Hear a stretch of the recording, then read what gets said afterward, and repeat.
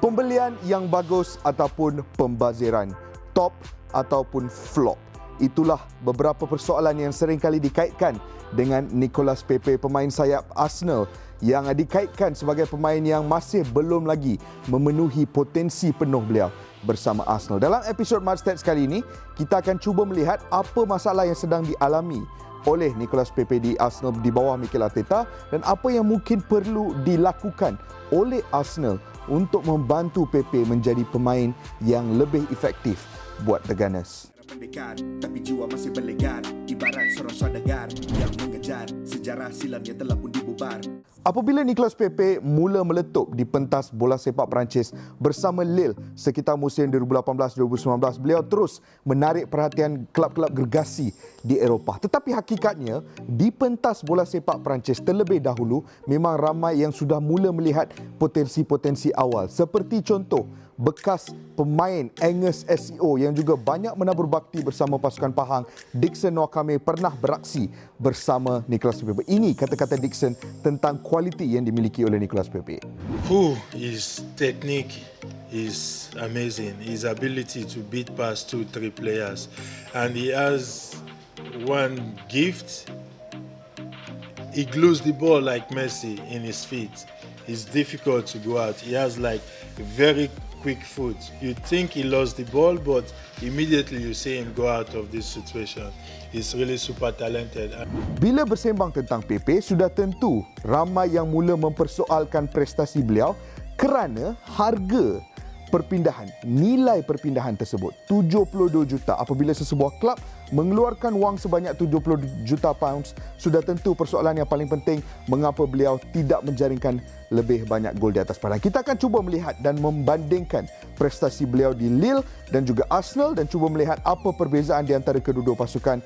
Jadi perkara yang paling penting perlu kita sedar tentang sistem yang digunakan di Lille dengan sistem yang digunakan di Arsenal adalah ketika beraksi bersama Lille, Pepe menjadi sebahagian daripada sistem Christopher Gatlier yang lebih berteraskan 4-4-2 yang compact dan direct. Maknanya setiap kali menerima bola, sasaran utama adalah untuk menyerang dengan agresif, untuk melancarkan serangan balas, counter attacks dengan agresif. Lille menjadi antara pasukan paling efektif dalam melancarkan gerakan balas dan pemain yang paling penting dalam sistem tersebut pada ketika itu adalah Nicolas Pepe yang beraksi di bahagian sayap kanan tetapi diberi ruang dan juga freedom untuk menyerang dengan agresif dan tidak disuruh turun ke bawah, diberi ruang untuk menyerang di bahagian final third. Di Arsenal pula, Nicolas Pepe bukan menjadi pemain utama. Beliau hanyalah dikira sebagai salah satu pemain dalam sistem 4-3-3 ataupun sistem 3-5-2 yang kadang-kadang digunakan oleh Mikel Arteta. Manakala musim pertama beliau beraksi di bawah 3 ketua jurulatih berbeza dan kesemuanya mempunyai identiti berbeza. Tetapi persamaan di antara kesemua jurulatih ini adalah Arsenal tetap menjadi kelab yang mahu mengawal tempo perlawanan dengan ball possession. Berbeza dengan corak yang digunakan di Lille di mana target utama mereka adalah untuk terus menyerang gawang pasukan lawan. Antara kualiti paling penting untuk Nicolas Pepe adalah kebolehan beliau melakukan gelecekan, dribbles di atas padang. Itu yang menjadikan beliau seorang pemain yang begitu efektif. Kalau kita lihat attempted dribbles dan juga successful dribbles di antara prestasi beliau bersama Lille dan juga Arsenal musim lepas, kita boleh lihat jumlah dribbles yang beliau lakukan di atas padang tidak begitu jauh berbeza. Tetapi di sini, apa yang perlu kita lihat adalah jenis dribbles yang dilakukan dan kualiti dribbles tersebut. Kerana perbezaannya ada pada kriteria progressive distance per 90. Maknanya, apabila mendapatkan bola dan melakukan gelecekan, berapa distance yang sering kali dilakukan oleh Nicolas Pepe setiap perlawanan.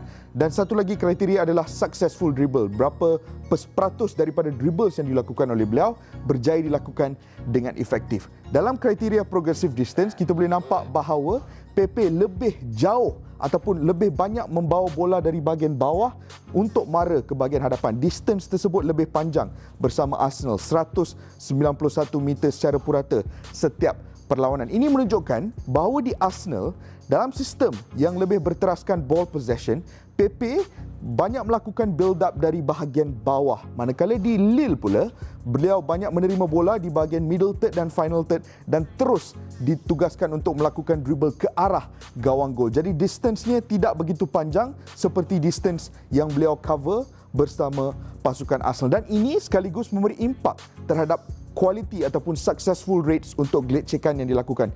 Ini kerana apabila anda melakukan dribbles dari bahagian yang lebih bawah, lebih banyak pemain yang perlu dilepasi, lebih banyak obstacles yang perlu dilalui. Apa yang menjadikan beliau pemain efektif adalah dribbles tersebut, gelecekan ini seringkali membantu pasukan beliau mendapatkan gol ataupun mencipta peluang untuk melakukan rembatan. Itu yang ditunjukkan oleh Nicolas Pepe bersama Lille. Tetapi di sini kita boleh lihat perbezaan ketara di antara prestasi beliau bersama Lille dan juga Arsenal. Untuk shot creating action, untuk goal creating action, kita boleh lihat perbezaan ketara.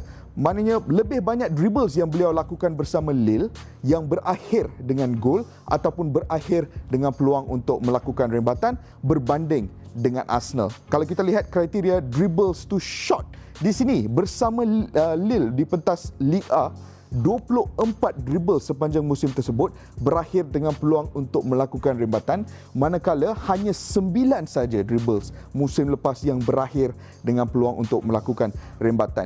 Isunya bukan Nicolas Pepe dan kualiti beliau untuk melakukan dribble, tetapi dari mana beliau seringkali diberi peluang untuk melakukan larian-larian dan gelecekan tersebut. Itu dribbles. Apa pula dari segi kontribusi Nicolas Pepe dari sudut pandangan defensif di atas padang? Di sini juga kita boleh lihat sedikit perbezaan dari segi fungsi beliau di atas padang untuk Lille dan juga Arsenal apabila dibandingkan.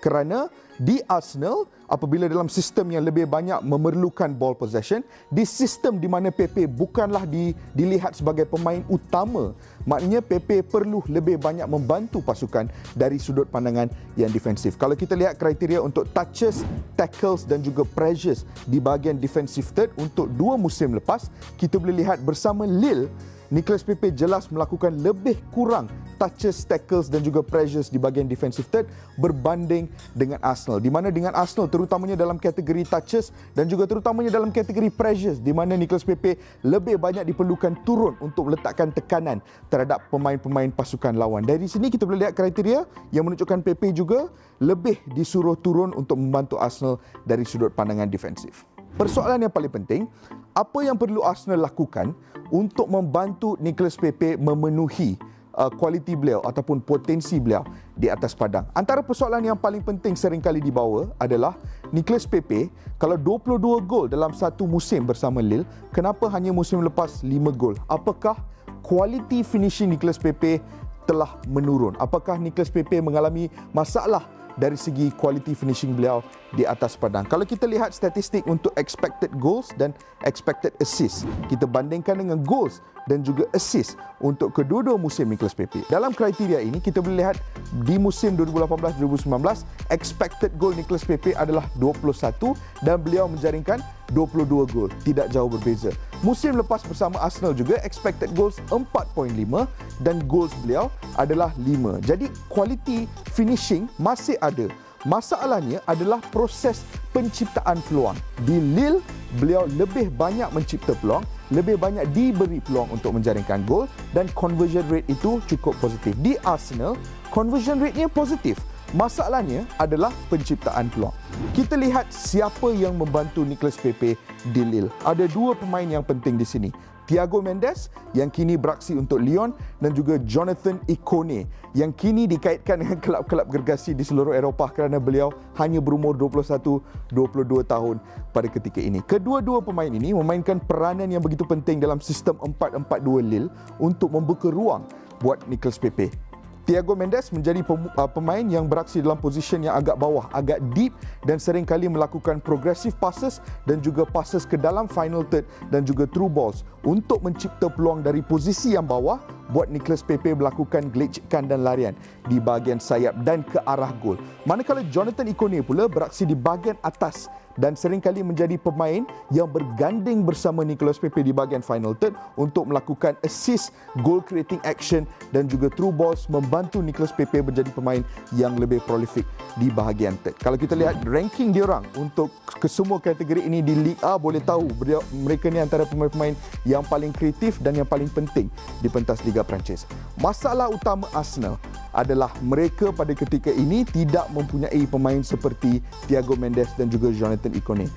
Kalau kita lihat kriteria through balls, key passes, progressive passes, goal creating action, shot creating action, kesemua kriteria ini musim lepas di pentas Liga Perdana Inggeris tidak ada seorang pemain Arsenal yang berada dalam top 10 di pentas EPL. Itu menjadi sedikit tanda tanya, itu menjadi masalah utama Arsenal, masalah yang dialami oleh Nicholas Pepe kerana tidak mempunyai sumber kreativiti untuk membantu beliau dalam melakukan hantaran-hantaran ke dalam ruang kosong untuk beliau melakukan gelecekan. Di Arsenal, pemain yang paling kreatif adalah Pierre-Emerick Aubameyang, dan Aubameyang beraksi di atas, tidak boleh membantu Pepe. Pemain yang perlu membantu Pepe adalah pemain yang beraksi di bahagian tengah. Ada yang mengatakan mungkin kemasukan Thomas Partey boleh membantu, dan saya pun setuju. Mungkin Thomas Partey dengan kebolehan, dengan kualiti hantaran beliau boleh membantu Nicholas Pepe musim ini. Ada juga yang mengatakan Mesut Ozil sebenarnya nama yang mampu membantu Pepe membuktikan kemampuan beliau di atas padang. Tetapi saya juga berpendapat mungkin Arsenal perlu memandang serius Jonathan Ikone, kerana Ikone dengan kemampuan gandingan yang ditujukan oleh beliau bersama Pepe 2 tahun lepas mampu mungkin menjadi pemain yang Arsenal perlukan untuk Nicholas Pepe menunjukkan kemampuan di atas padang. Itu pandangan saya secara peribadi. Apa pandangan korang pula? Apa yang perlu dilakukan oleh Mikel Arteta untuk membantu Pepe menjadi pemain yang lebih efektif untuk The Gunners?